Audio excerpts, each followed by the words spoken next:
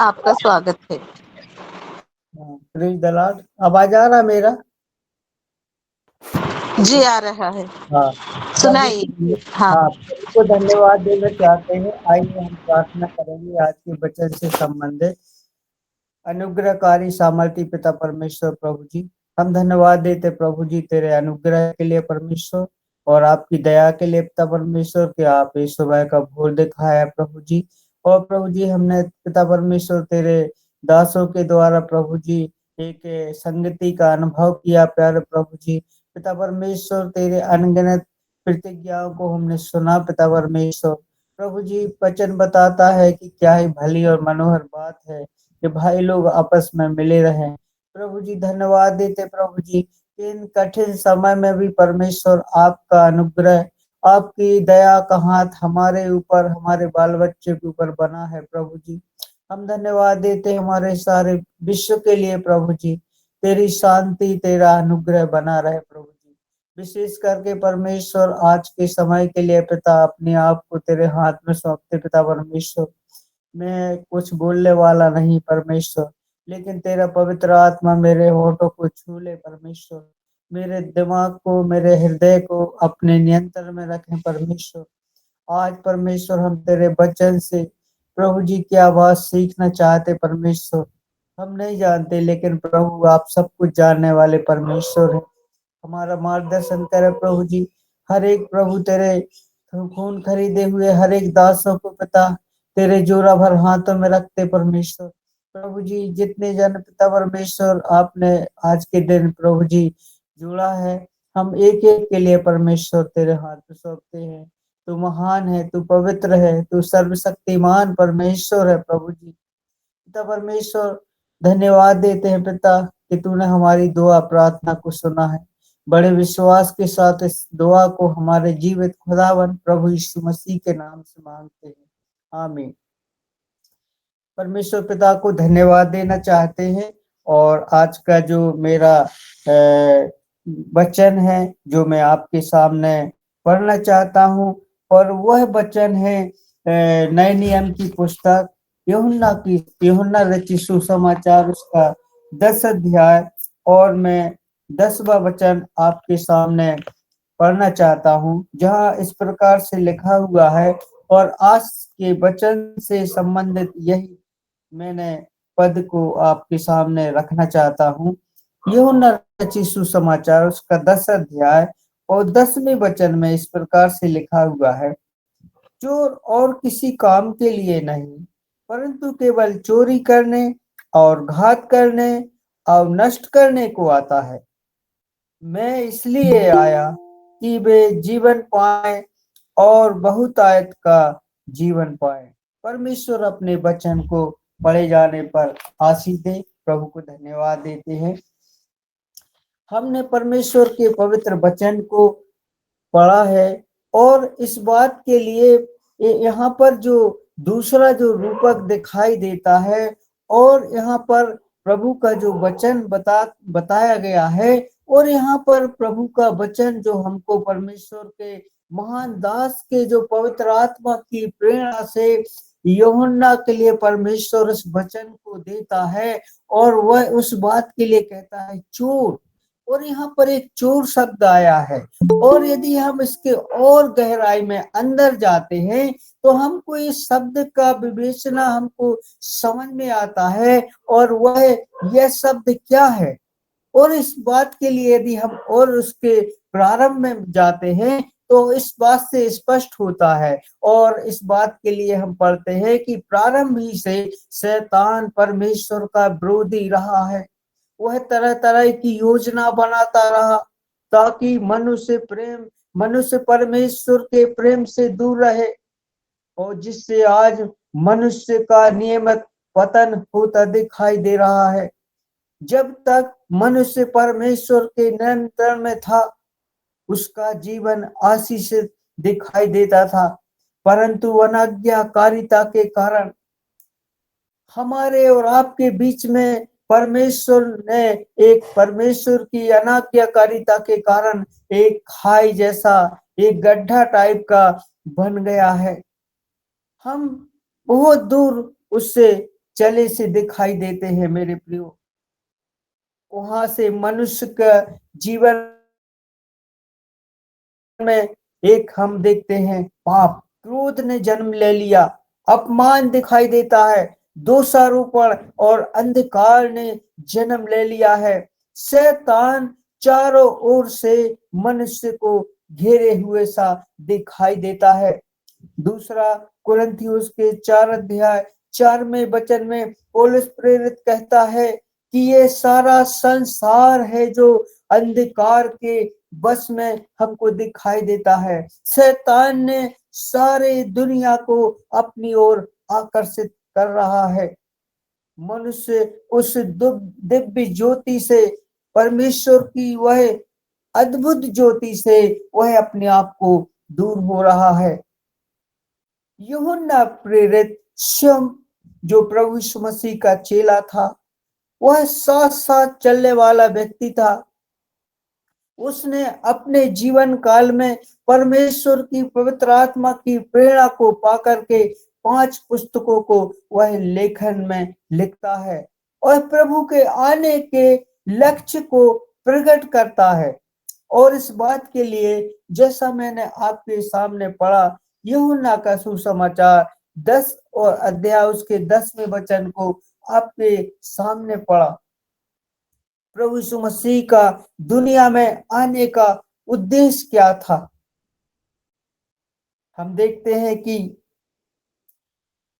बहुत से लोग इस संसार में आए, उनका एक उद्देश्य था, उनका एक लक्ष्य था इस संसार में आने का। लेकिन प्रभु यीशु मसीह का लक्ष्य यह नहीं था कि वह बहुत बड़ा राज करने के लिए संसार में आए।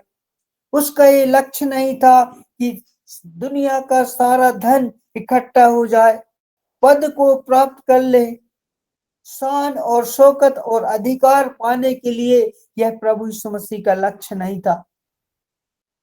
आज यदि कोई संदेश वाहक हमारे पास आता है, वह बहुत दूर से यात्रा करके आता है और वह अपने संदेश को प्रकट करता है कि मैं इस दुनिया में, मैं आपके पास फला संदेश लेकर आता हूं। और ऐसे ही हम प्रभु यीशु मसीह के जीवन में देखते हैं, परमेश्वर ने एक योजना के तहत शैतान की युक्तियों को, शक्तियों को नष्ट करने के लिए इस दुनिया में प्रभु परमेश्वर ने प्रभु यीशु मसीह को इस दुनिया में भेजा था। मरियम कुंवारी के द्वारा परमेश्वर अपनी योजना के तहत संसार में भेजता है। शैतान सदियों से उसको नष्ट करने का प्लान को, परमेश्वर की योजना को बर्बाद करने का प्रयास करता है। लेकिन मेरे प्रियो, परमेश्वर प्रभु यीशु मसीह संसार में आने का उसका एक उद्देश्य था, उसका एक लक्ष्य था। उसका कार्य करने की कार्यशैली दुनिया से, संसार के शैतान की युक्तियों से उसका फर्क था। एक लक्ष्य था और वह लक्ष्य था प्रभु यीशु मसीह कि इस संसार में क्यों आया। और प्रभु यीशु मसीह मेरे प्रियो हमको और आपके लिए जो बताना चाहते हैं कि मैं क्यों आया, और इस पद को हमने बार बार पढ़ा है, बहुत बार हमने इस पर मनन भी किया है। हमने युवा अवस्था से, जब से हमने अपना जिंदगी प्रारंभ किया, हमने संडे स्कूल से इस पद को पढ़ा है। लेकिन आज का वचन परमेश्वर मुझे और आपको क्या सिखाना चाहता है, और जो मैं पहली बात आपके लिए बताना चाहता हूं कि प्रभु यीशु मसीह इस संसार में क्यों आया। और प्रथम बात जो हमको और आपको समझने में मिलती है, और वह है कि प्रभु यीशु मसीह वह जीवन देने के लिए आया। मुझे और आपके लिए प्रभु यीशु मसीह जीवन देने के लिए आया। और इस बात के लिए प्रभु यीशु मसीह के पास निकोदेमुस आता है, और यूहन्ना का सुसमाचार और उसके हम जब 3 अध्याय में पढ़ते हैं तो निकोदेमुस के विषय में लिखा है कि यह कोई साधारण व्यक्ति नहीं था। यह यहूदियों का बहुत बड़ा फरीसी था और वह निकोदेमुस नाम मनुष्य जो यहूदियों का सरदार भी था, उसने रात को यीशु के पास आकर कहा, हे रब्बी, हम जानते हैं कि तू परमेश्वर की ओर से गुरु होकर आया है, क्योंकि कोई इन चिन्हों को ना तू दिखाता है। यदि परमेश्वर उसके साथ ना हो तो नहीं दिखा सकता। यीशु ने उसको उत्तर दिया, मैं तुझसे सच सच कहता हूँ, जब तक कोई नए शरीर से ना जन्मे वह परमेश्वर के राज्य को नहीं देख सकता। यह बहुत बड़ा ज्ञानी व्यक्ति है। यह शास्त्र का नॉलेज रखने वाला व्यक्ति है। यह रात के समय प्रभु यीशु मसीह के पास आता है। उसके अंदर एक चिंता है। वह सोच रहा है कि मैं इस संसार में, मेरा इतना उम्र हो गया है, मेरे पास इतना ज्ञान है, उसके पास संसार की दौलत है, उसके पास अधिकार है, उसके पास पद है, सब कुछ है, लेकिन उसके पास एक चीज नहीं है मेरे प्रियो, जीवन नहीं है।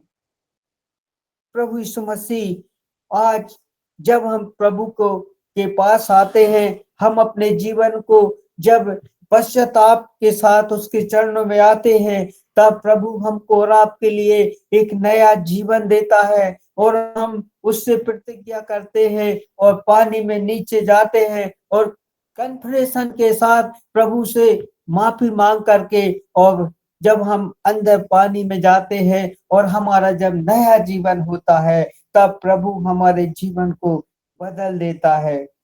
और बिना प्रभु के हमारा जो जीवन है वो मृतक के समान है, जिसमें कोई जीवन नहीं है। और इस बात के लिए जब हम यूहन्ना का सुसमाचार और उसके 1 अध्याय से मैं आगे पढ़ना चाहता हूँ, जहां पर प्रभु का वचन कहता है, लिखा है, आदि में वचन था, वचन परमेश्वर के साथ था और वचन ही परमेश्वर था।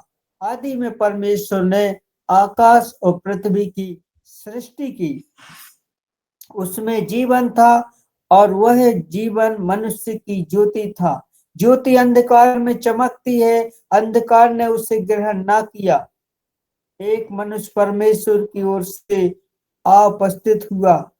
वह ज्योति की गवाही दे रहा था ताकि सब उसके द्वारा विश्वास में लाए। वह आप तो वह ज्योति ना था, परंतु ज्योति की गवाही देने के लिए आया। 9वें वचन में लिखा है, सच्ची ज्योति जो हर एक मनुष्य के जीवन को प्रकाशित करती है, जीवन को प्रकाशित करने वाला। और इस बात के लिए जब हम 14वें वचन में लिखा पढ़ते हैं तो परमेश्वर का वचन कहता है, और वचन देहधारी हुआ और अनुग्रह और सच्चाई से परिपूर्ण होकर हमारे बीच में डेरा किया, और हमने उसकी ऐसा महिमा देखी जैसे पिता के इकलौते की महिमा।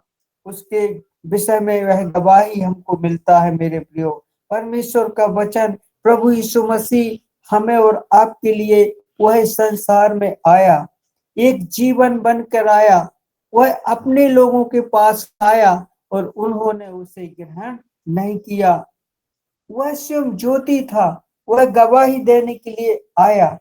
और प्रभु परमेश्वर आज मुझे और आपके लिए जो बताना चाहता है, आज कितने लोग हैं जो अंधकार में भटक रहे हैं, उनके जीवन का कोई लक्ष्य नहीं बचा है, परमेश्वर के विहीन उनका जीवन है, निराशा में वह फंसे हुए हैं। लेकिन प्रभु परमेश्वर, आज परमेश्वर कहना चाहता है और परमेश्वर का वचन मुझसे और आपसे बात करना चाहता है। और उसी के यूहन्ना के सुसमाचार और उसके 15वें अध्याय में हम जब आते हैं तो प्रभु का वचन कहता है, सच्ची दाखलता मैं हूँ और मेरा पिता किसान है।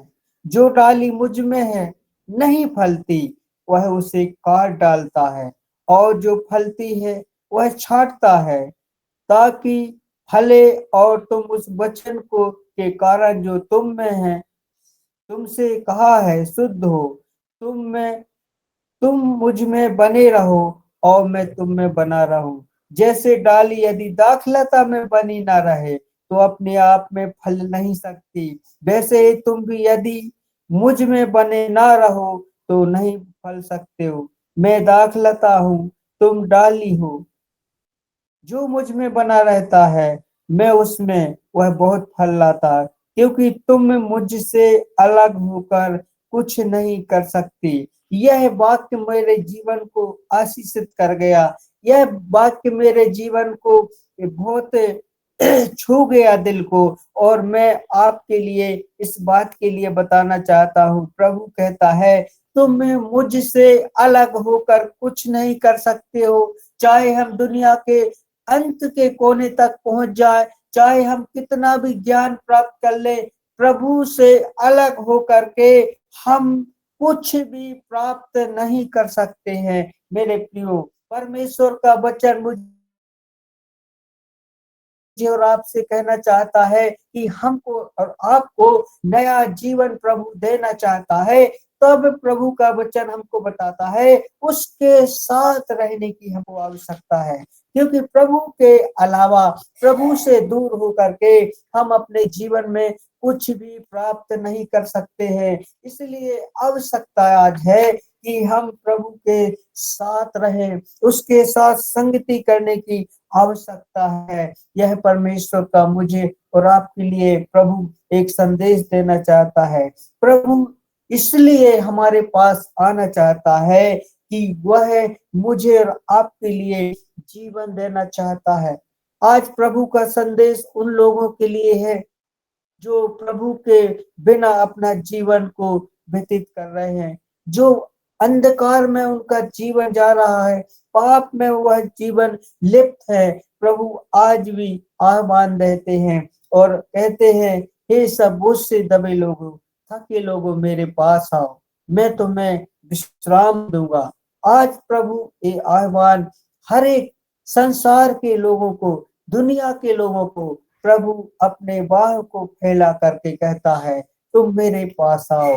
परमेश्वर चाहता है कि हम जो जीवन से हम जीवन से अलग हैं, आज प्रभु हमसे प्यार करता है। मेरे प्रियो, अपने पास बुलाना चाहता है। प्रभु के आने का यही उद्देश्य था।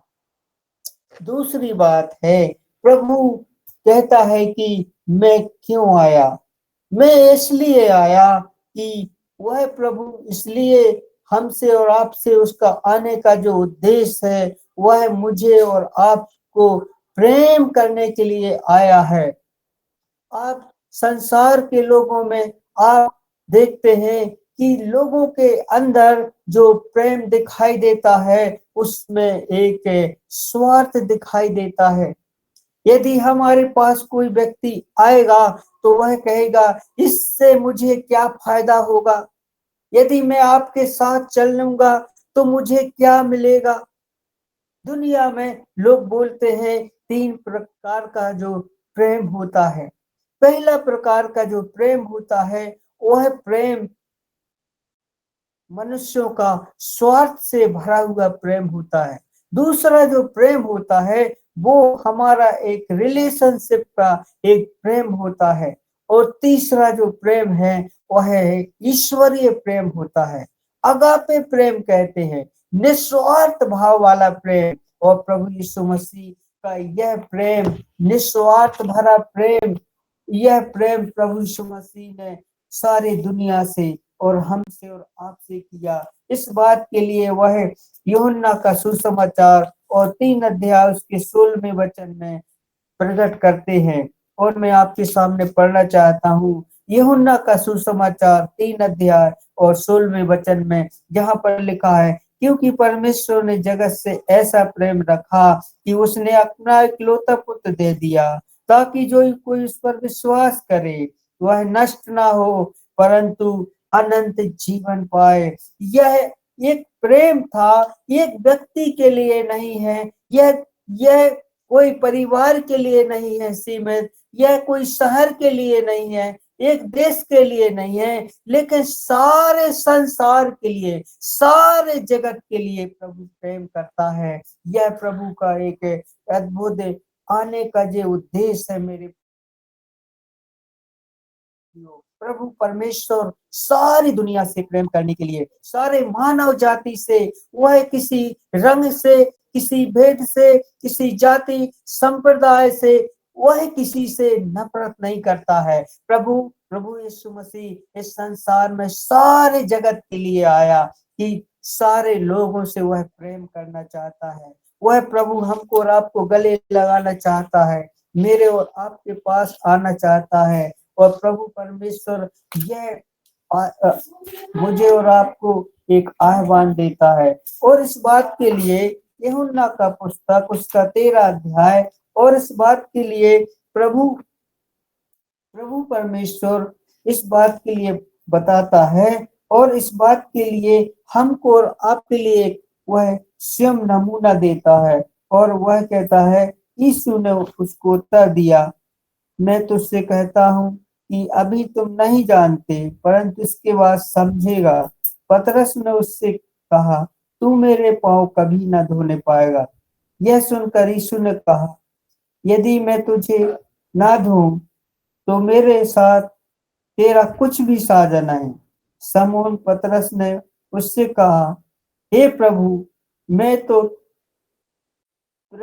तू मेरे पाँव नहीं धो सकता, वरन हाथ सिर भी धो दे।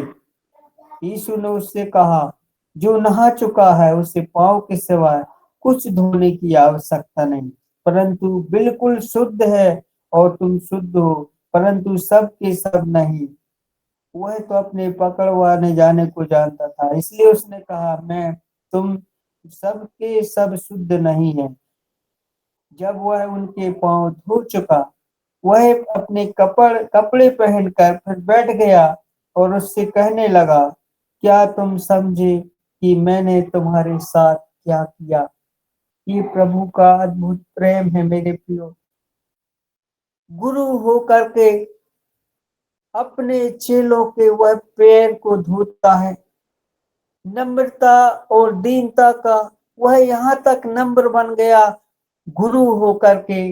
वह प्रभु परमेश्वर जो अंधों को आंखें दे सकता है, जो लंगड़ों को चला सकता है, जो बीमारों को ठीक कर सकता है, जो मुर्दों में जान डालने वाला प्रभु है, जो स्वर्ग से उतर कर इस धरा पर आ गया और अपने आप को नम्र और दीन बन गया। इतना प्रेम करने के बावजूद वह अपने चेलों के पैर धोता है।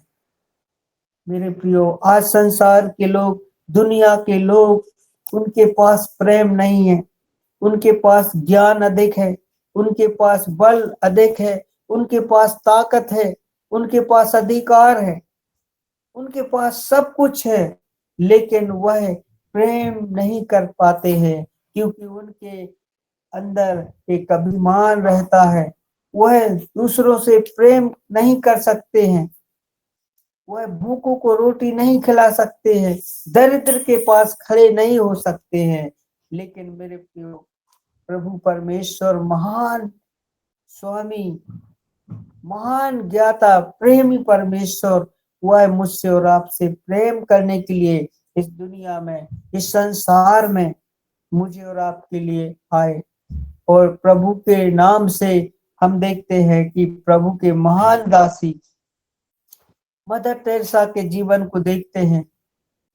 एक छोटे से सामान्य परिवार से वह प्रभु को ग्रहण करती है और अपना घर, अपना परिवार, अपना सब कुछ छोड़ करके प्रभु की बुलाहट को लेकर के वह अपने घर से निकल आती है। हमारे भारत में आकर के एक छोटी सी जगह में रह करके और वह प्रभु के उसने प्रेम को लोगों को बांटा। जो कचरे के डिब्बे में डले हुए लोग, जो अशिक्षित थे, अनपढ़ थे, उनको परमेश्वर का उसने प्रेम, परमेश्वर का संदेश और उनको एक जीवन जीने की तो सिखा दिया। परमेश्वर आज भी परमेश्वर इस बात के लिए सिखाना चाहता है क्योंकि हमारा जो महान परमेश्वर है, सर्वशक्तिमान परमेश्वर है, क्योंकि वचन बताता वह कंगाल को घूरे पर से उठाकर चट्टान पर खड़ा करने वाला परमेश्वर है। मदर टेरेसा के जीवन को देखते हैं, उसने निस्वार्थ भाव से लोगों से प्रेम किया, उसके प्रेम को देख करके आज सारी दुनिया में मदर तेरेसा एक नोबेल पुरस्कार से सम्मानित किया गया। उसके जीवन में एक प्रेम दिखाई देता है और उसने प्रभु के महान संदेश को, प्रभु के महान उद्धार को, प्रभु के महान प्रेम को वह पूरा करती है, पूरा करती है। इस बात के लिए हमको और आपके लिए मेरे प्रियो एक चैलेंज है। मुझे और आपके लिए प्रभु ने इस काम के लिए, प्रभु के उस महान प्रेम के लिए, और हम इस बात के लिए प्रभु यीशु मसीह एक दृष्टांत देते हैं, और दृष्टांत देते हैं कि एक परदेश जाते समय राजा अपने लोगों के लिए कुछ जवाबदारी दे करके जाता है। एक व्यक्ति के लिए 5 तोड़े देता है, एक व्यक्ति के लिए 2 तोड़े देता है और एक व्यक्ति के लिए 1 तोड़ा देता है। 5 व्यक्ति ने 5 और कमाया, दूसरे व्यक्ति ने 2 से 2 और कमाया, लेकिन एक व्यक्ति ने जो तोड़ा था और उसने उस तोड़े को अपने पास ही रख लिया, उसको गाड़ दिया। और जब उसका मालिक आया, उससे हिसाब पूछा, तो उसने कहा कि हे स्वामी, तूने मुझे ये 5 तोड़े दिए थे, मैंने इनके लिए कमाया है। उसके बाद दूसरे व्यक्ति ने कहा, हे स्वामी, तूने मुझे तोड़े दिए थे, इसलिए मैंने 2 और कमाए हैं। और तीसरे व्यक्ति ने कहा, हे स्वामी, मैं डर गया कि ये तोड़ा का क्या करूं, इसलिए मैंने डर के कारण उसको गाड़ दिया। और स्वामी ने कहा, हे दुष्ट आलसी, तूने इस तोड़े को, इससे अच्छा तू ना लेता और तूने इसका गलत उपयोग किया। इसलिए स्वामी ने उसको आदेश दिया और उसके लिए एक गहरे खाई में डाल दिया। उसके लिए रोना और दांतों का पीसना हो गया। मेरे प्रियो, परमेश्वर ने जो मुझे उपलब्धियां दिया है, परमेश्वर ने मुझे जो अधिकार दिया है, परमेश्वर ने जो मेरे पास समय दिया है, परमेश्वर ने जो मेरे पास स्रोत दिए हैं, हम कल्पना करते हैं और हम देखते हैं चारों ओर बड़े बड़े खंडहर मकानों को देखते हैं, जिनके पास असंख्य सब कुछ था, लेकिन एक समय के साथ उनके पास कुछ नहीं था। लेकिन उन्होंने जो काम किया, उनका काम इतिहास में गवाह है। लेकिन मेरे प्रियो, परमेश्वर ने मुझे ये जो समय दिया है, मैं परमेश्वर के कार्य के लिए, परमेश्वर के प्रेम को क्या मैं प्रकट करना चाहता हूँ। प्रभु का वचन हमको एक बात बताता है कि एक दिन आएगा, सब कुछ समाप्त होने वाला है, सब कुछ नष्ट हो जाएगा, लेकिन हमारी जो आत्मा है वह अमर है। यह परमेश्वर प्रेम के खातिर प्रभु इस दुनिया में हमारे और आपके उद्धार के लिए प्रभु आया है। परमेश्वर ने मुझसे और आपसे जगत से अद्भुत प्यार किया है। प्रभु यीशु मसीह प्रेम के खातिर वह क्रूस पर उसने अपना बलिदान दे दिया है। हमारे गुनाहों और हमारे अपराधों के कारण प्रभु क्रूस पर चढ़ गया है, और प्रभु ने मुझे और आपके लिए उस क्रूस पर आकर के, और वह मुझे और आपके लिए कहता है। तीसरी बात, प्रभु यीशु मसीह के आने का जो उद्देश्य था, वह पहली बात जो मैंने बताया, प्रभु यीशु मसीह इस संसार में क्यों आया।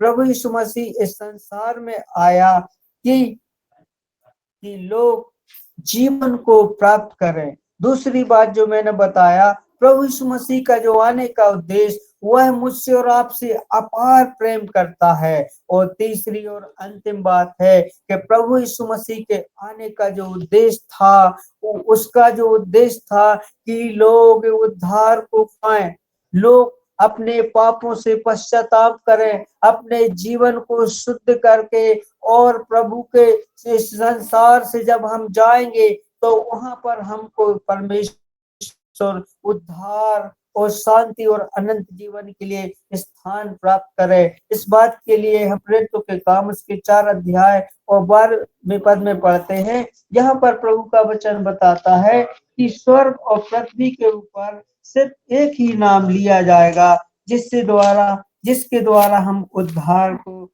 प्राप्त कर सकते हैं। और यहाँ पर लिखा है किसी दूसरे के द्वारा उद्धार नहीं, क्योंकि स्वर्ग के नीचे और मनुष्य में और कोई दूसरा नाम नहीं दिया गया जिसके द्वारा हम उद्धार प्राप्त कर सके। किसी दूसरे के द्वारा स्वर्ग के नीचे और मनुष्य में कोई भी दूसरा नाम नहीं दिया गया है कि जिसके द्वारा हम उद्धार प्राप्त कर सके। आज जो संसार में हमको दिखाई दे रहा है,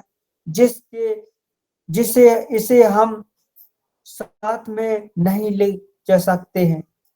जो हमारे पास है सब कुछ हमारा यहीं पर रह जाएगा।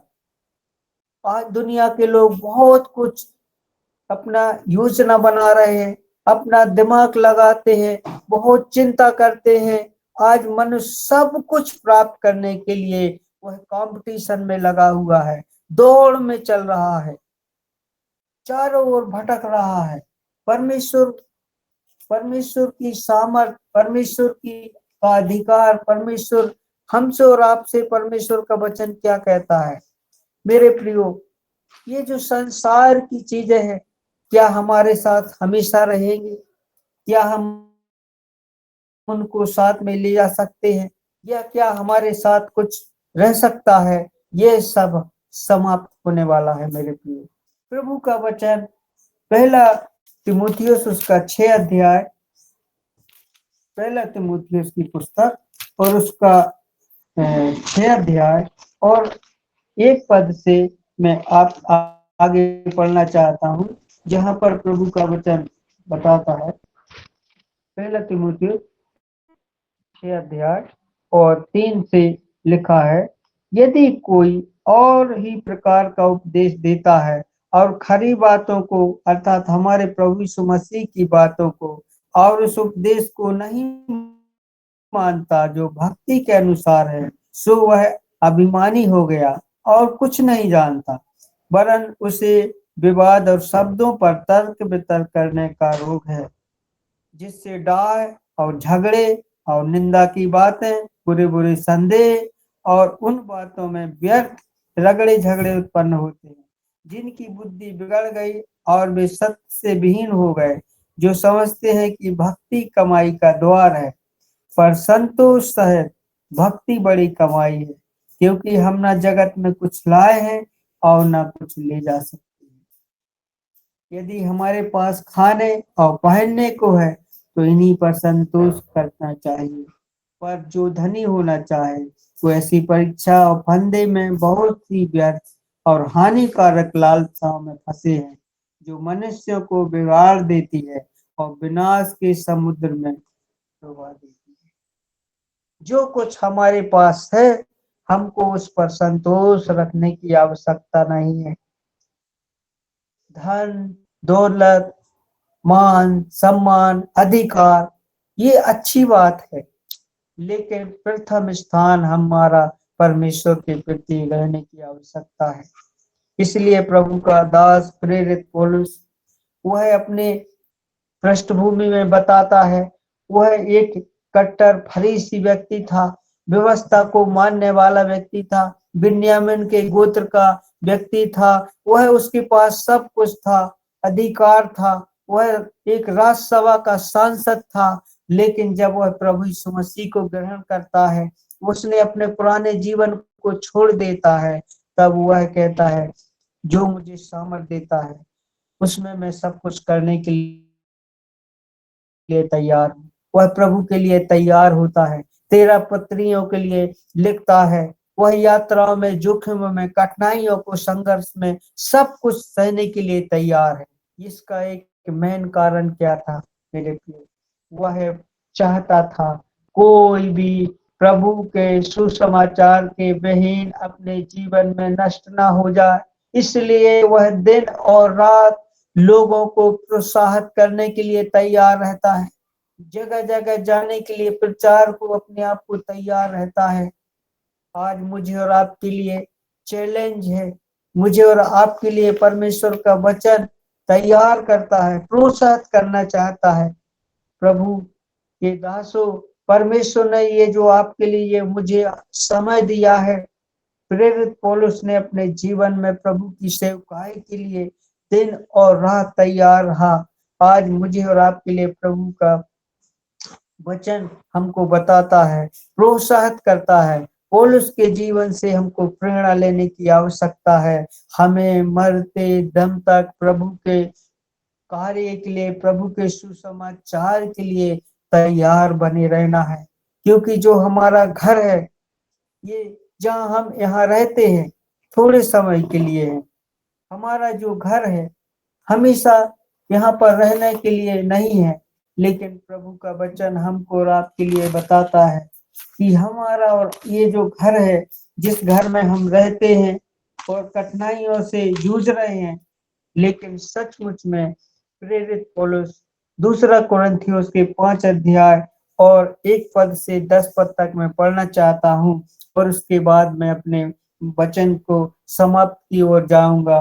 प्रभु का वचन कहता है, क्योंकि हम जानते हैं कि जब हमारा पृथ्वी का डेरा शरीर का गिराया जाएगा, तो परमेश्वर की ओर से स्वर्ग में एक ऐसा भवन मिलेगा जो हाथों का बना हुआ घर नहीं, परंतु चिरस्थायी है।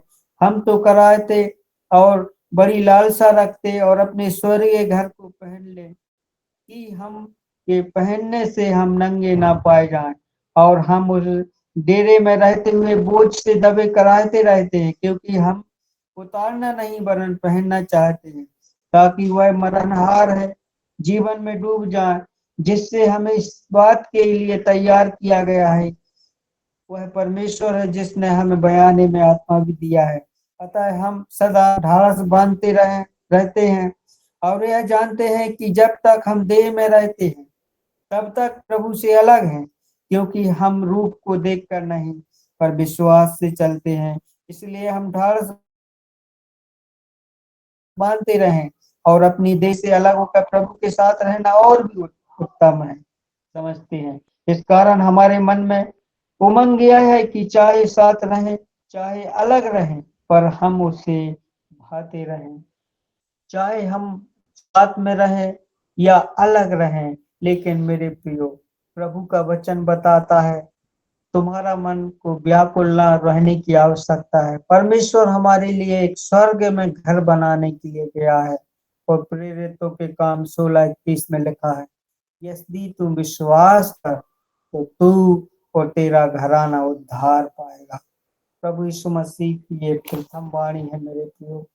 प्रभु यीशु मसीह का जो आने का लक्ष्य था, प्रभु चाहता है कि हम उसके प्रेम को प्रकट करें। और प्रभु चाहता है कि हमारे जो जीवन में परमेश्वर चाहता है कि जो प्रभु के बगैर लोग जीवन जी रहे हैं, प्रभु सच्चा जीवन देने के लिए संसार में आया। और अंतिम बात, प्रभु यीशु मसीह उद्धार देने के लिए जगत में आया है। कितने लोग हैं जो प्रभु के विहीन आज संसार में लोग मर रहे हैं, नष्ट हो रहे हैं। मेरी और आपकी जरूरत है। प्रभु ने मुझे इस संसार में भेजा है, प्रभु की सेवकाई के लिए तैयार किया है। हम उसके मिशन को, हम उसके दर्शन को, उसके कार्य को भरसक जीवन भर, जब तक परमेश्वर ने मुझे संसार में रखा है, उसके लिए हमको प्रभु की गवाही को तैयार बने रहना है। प्रभु इस वचन पर आशीष दे। आइए मैं छोटी सी प्रार्थना करना चाहता हूँ। अनुग्रहकारी पिता परमेश्वर, प्रभु अपने आप को दीन और नम्र बनाता हूँ। प्रभु जी, मेरे पाप गुनाहों को क्षमा करने वाले परमेश्वर, प्रभु जी आपने मुझे ये समझा कि पिता मैं आज तेरे वचन की मिनादी कर सका। परमेश्वर, जो भी मेरे जीवन में कोई गलती है तो उसे क्षमा करना। परमेश्वर, मेरे हृदय को शुद्ध करना। परमेश्वर, इस वचन को प्रभु जी व्यर्थ न जाने देना। परमेश्वर, जो हमने सुना है प्रभु जी उसको अपने हृदय में रखें प्रभु जी। और परमेश्वर, तेरे राज्य के लिए अंत तक परमेश्वर तू ही रास्ता बनाने वाला परमेश्वर है। हम दुखी हैं, लाचार हैं, कमजोर हैं, परेशानी है, कठिनाइयां हैं, जीवन में संघर्ष है, आंसू है, दिन प्रतिदिन एक दिन निकलना बड़ा कठिन रहता है प्रभु जी। हम क्या करेंगे, कहाँ जाएंगे प्रभु जी, कैसे क्या होगा, कैसे जीवन चलेगा, कठिनाई है प्रभु जी, आंसू है, दुख है, अपनेपन का धोखा है, अलगाव है, सब कुछ है प्रभु। लेकिन प्यारे प्रभु जी, आपने कहा है मैंने तेरा हाथ थामा है, मत डर मैं तेरे साथ हूँ, कठिन समय में भी मैं तेरे साथ रहने वाला परमेश्वर हूँ। लेकिन प्रभु आप उपाय करने वाले परमेश्वर हैं। धन्यवाद देते प्रभु जी, मेरे हर एक अपराध गुनाह को आप क्षमा करने वाले प्रभु हैं।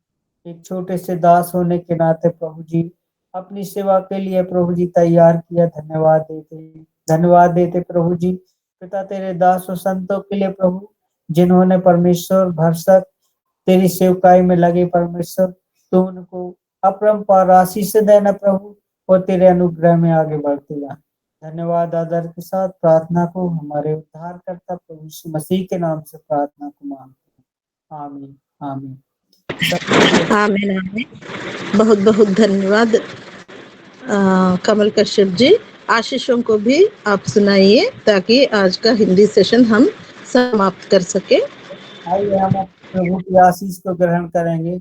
अब हमारे परमेश्वर पिता का प्रेम, प्रभु यीशु ख्रिस्ट का अनुग्रह, पवित्र आत्मा, उसकी पवित्र आत्मा की शांति और सहभागिता आज से लगाकर सारे विश्वासियों पर और जितने प्रभु तेरे दास लोग सभा में जुड़े हुए हैं सब पर प्रभु जी तेरी आशीष बनी रहे, आज से लगाकर युगानुयुग तक बनी रहे। आमीन आमीन आमीन आमीन। सबको धन्यवाद। साजन कौशिक जय मसीह की धन्यवाद। संग्राम सिंह जी जय मसीह की धन्यवाद। जय मसीह। संगीता सिस्टर जय मसीह की, राजकुमार जी जय मसीह की, मदन कुमार जी जय मसीह की, कमल कश्यप जी आपको बहुत बहुत धन्यवाद, जयवीर चौधरी जी आपको भी धन्यवाद, इंद्रासन राय सर जी धन्यवाद, विश्वनाथ प्रसाद जी जय मसीह की धन्यवाद, अमिता कुमारी जी जय मसीह की धन्यवाद, तो धन्यवाद। शुभ दिन है। आज का हिंदी सेशन हम यहीं पर समाप्त करेंगे। धन्यवाद धन्यवाद धन्यवाद।